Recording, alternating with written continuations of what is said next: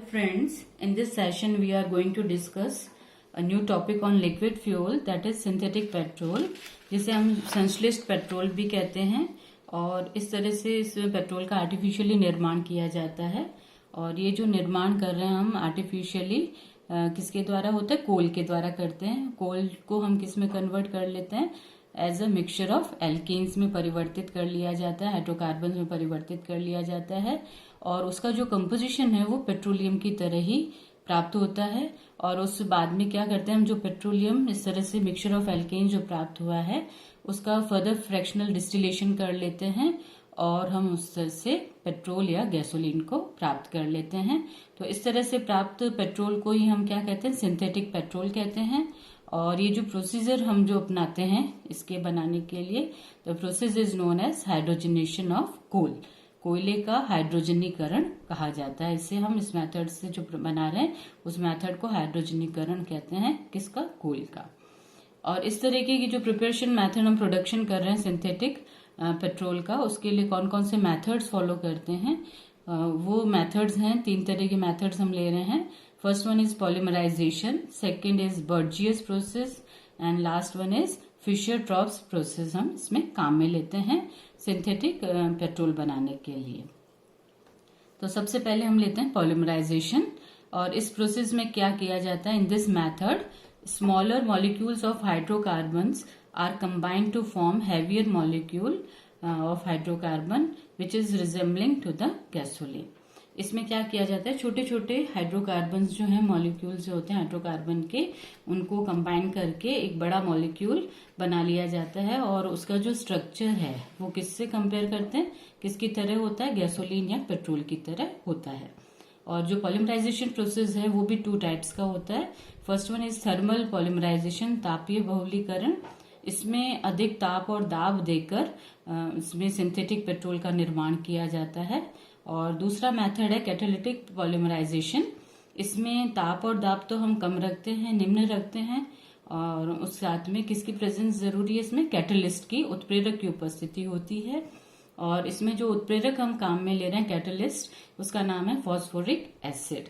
इसके द्वारा जो कैटालिटिक पॉलीमराइजेशन के द्वारा जो सिंथेटिक पेट्रोल प्रोड्यूस्ड हो रहा है, बन रहा है, उसकी प्रॉपर्टीज जो है वो, या हम कह सकते हैं एंटी नॉकिंग प्रॉपर्टी जो है, बहुत अच्छी होती है in compare to the thermal polymerisation. तो कैटालिटिक प्रोसेस से बनने वाले गैसोलीन या पेट्रोल की क्वालिटी या एंटी नॉकिंग प्रॉपर्टी ज्यादा होती है बनिस्पत किसकी तुलना में? थर्मल पॉलीमराइजेशन से बनने वाले सिंथेटिक पॉलीमर की तुलना में। Now we will study about the second process. और सेकेंड मेथड जो है किस तरह से बना सकते हैं, किस प्रोसेस से? That is Bergius process. इसके द्वारा भी हम कोल से किसका निर्माण करते हैं? सिंथेटिक पेट्रोल का निर्माण करते हैं। ये जो है one of the main method of direct conversion of coal. ये जो मेथड है उसको हम क्या बोलते हैं? डायरेक्ट मेथड या डायरेक्ट कन्वर्जन भी बोलते हैं। इसमें जो कोल होता है वो डायरेक्टली कन्वर्ट हो जाता है किसके अंदर? लिक्विड। बाय कौन से प्रोसेस के द्वारा? हाइड्रोजनेशन प्रोसेस के द्वारा डायरेक्टली कोल जो है वो लिक्विड में चेंज हो जाता है। तो इस तरह का प्रोसीजर बहुत अच्छा प्रोसीजर माना गया है। इस प्रोसीजर को हम बोलते हैं बर्जियस प्रोसेस कहते हैं। इसमें जो रिएक्शन है उसको हम इस तरह से समराइज करके समझ सकते हैं। जैसे कोल है अपना, कोल सी से यहाँ पे रिप्रेजेंट कर रहा है कोल को। और जब इसका हाइड्रोजनेशन करते हैं, जब इसका हाइड्रोजनीकरण किया जाता है किसकी प्रेजेंस में? एक तो कैटलिस्ट प्रेजेंट होता है। कैटलिस्ट हमारा यहाँ पे आयरन ऑक्साइड ले रहे हैं। अधिक ताप और दाब की अवस्था, दाब कितना है? 200 to 250 degree, 200 to 250 atmospheric pressure है। और टेम्परेचर अगर देखते हैं तो 475 डिग्री सेल्सियस के आसपास ताप रखा जाता है। तो इस तरह से जब ये हाइड्रोजनेशन की अभिक्रिया होती है तो then it will coal is converted into mixture of alkanes. और ये जो एल्केन्स हैं resembling to the composition of petroleum, petroleum की तरह ही होते हैं। और उसको हम क्या बोलते हैं? सिंथेटिक पेट्रोलियम बोलते हैं। इस तरह से प्राप्त मिक्सचर को सिंथेटिक पेट्रोलियम बोला जाता है। और जब सिंथेटिक पेट्रोलियम का हम फ्रैक्शनल डिस्टिलेशन करते हैं तो उससे हमें क्या प्राप्त हो जाता है? सिंथेटिक पेट्रोल या गैसोलीन हमें प्राप्त हो जाता है। तो ये प्रोसेस बर्जियस प्रोसेस कहलाता है, जिसको हम क्या बोलते हैं? Direct conversion of coal to liquid.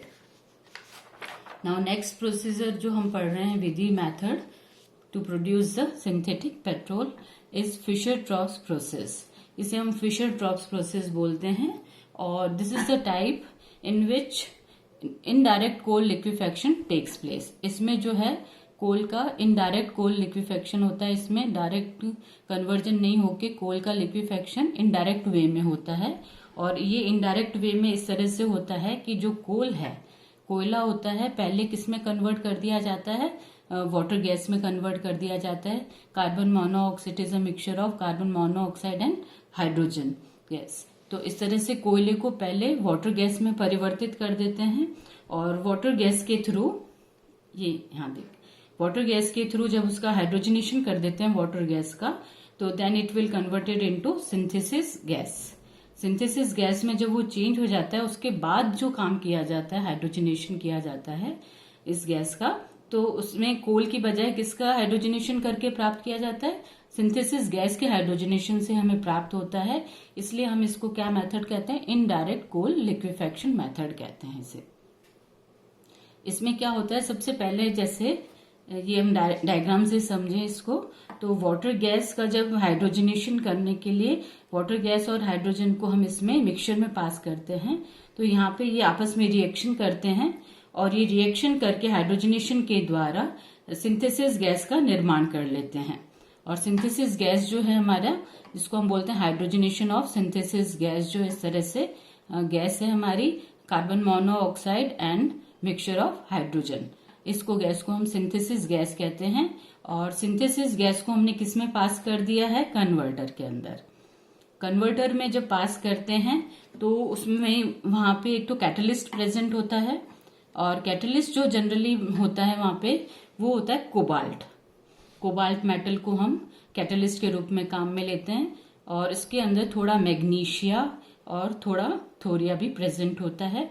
तो ये कैटलिस्ट के रूप में वर्क करते हैं वहां पे. और टेम्परेचर जो है 150 से 300 डिग्री सेल्सियस रहता है. एटमॉस्फेरिक प्रेशर तो बहुत कम रहता है, 5 to 10 एटमॉस्फेरिक प्रेशर रहता है. और इस तरह से जो कन्वर्टर से हमें प्राप्त होता है वो क्या प्राप्त होता है, मिक्सचर ऑफ हाइड्रोकार्बन, या हम कह सकते हैं सिंथेटिक पेट्रोलियम हमें प्राप्त होता है. और सिंथेटिक पेट्रोलियम को फिर फर्दर हम क्या करते हैं, फ्रैक्शनल डिस्टिलेशन. ये डिस्टिलेशन टावर है, इसके अंदर हम इसका फ्रैक्शनल डिस्टिलेशन करते हैं और फ्रैक्शनल डिस्टिलेशन के थ्रू हमें क्या प्राप्त हो जाता है, सिंथेटिक पेट्रोल या गैसोलीन प्राप्त हो जाता है. तो इस तरह से फिशर-ट्रॉप्स मेथड जो हमने पढ़ा है, it is a example of indirect coal liquefaction. इसमें कोयले का सीधा नहीं करके उसको किस में कन्वर्ट कर लिया जाता है, कोल को पहले वाटर गैस में, और वाटर गैस का फिर हाइड्रोजनेशन करके उसको सिंथेसिस गैस में परिवर्तित कर लेते हैं. उसके बाद में सिंथेसिस गैस से हम जो है इसका सिंथेसिस गैस का हाइड्रोजनेशन करके, और इससे हमें क्या प्राप्त हो जाता है, मिक्सचर ऑफ एल्केन्स प्राप्त हो जाते हैं. और मिक्सचर ऑफ एल्केन्स जो है वो सिंथेटिक पेट्रोलियम से रिजेम्बलेंस होती है. और सिंथेटिक पेट्रोलियम का फिर फर्दर फ्रैक्शनल डिस्टिलेशन करके और हमें क्या प्राप्त हो जाता है, उसके बाद में हमें सिंथेटिक पेट्रोल या गैसोलीन प्राप्त हो जाता है. ये इस तरह से थर्ड मेथड है फिशर-ट्रॉप्स प्रोसेस. Thank you.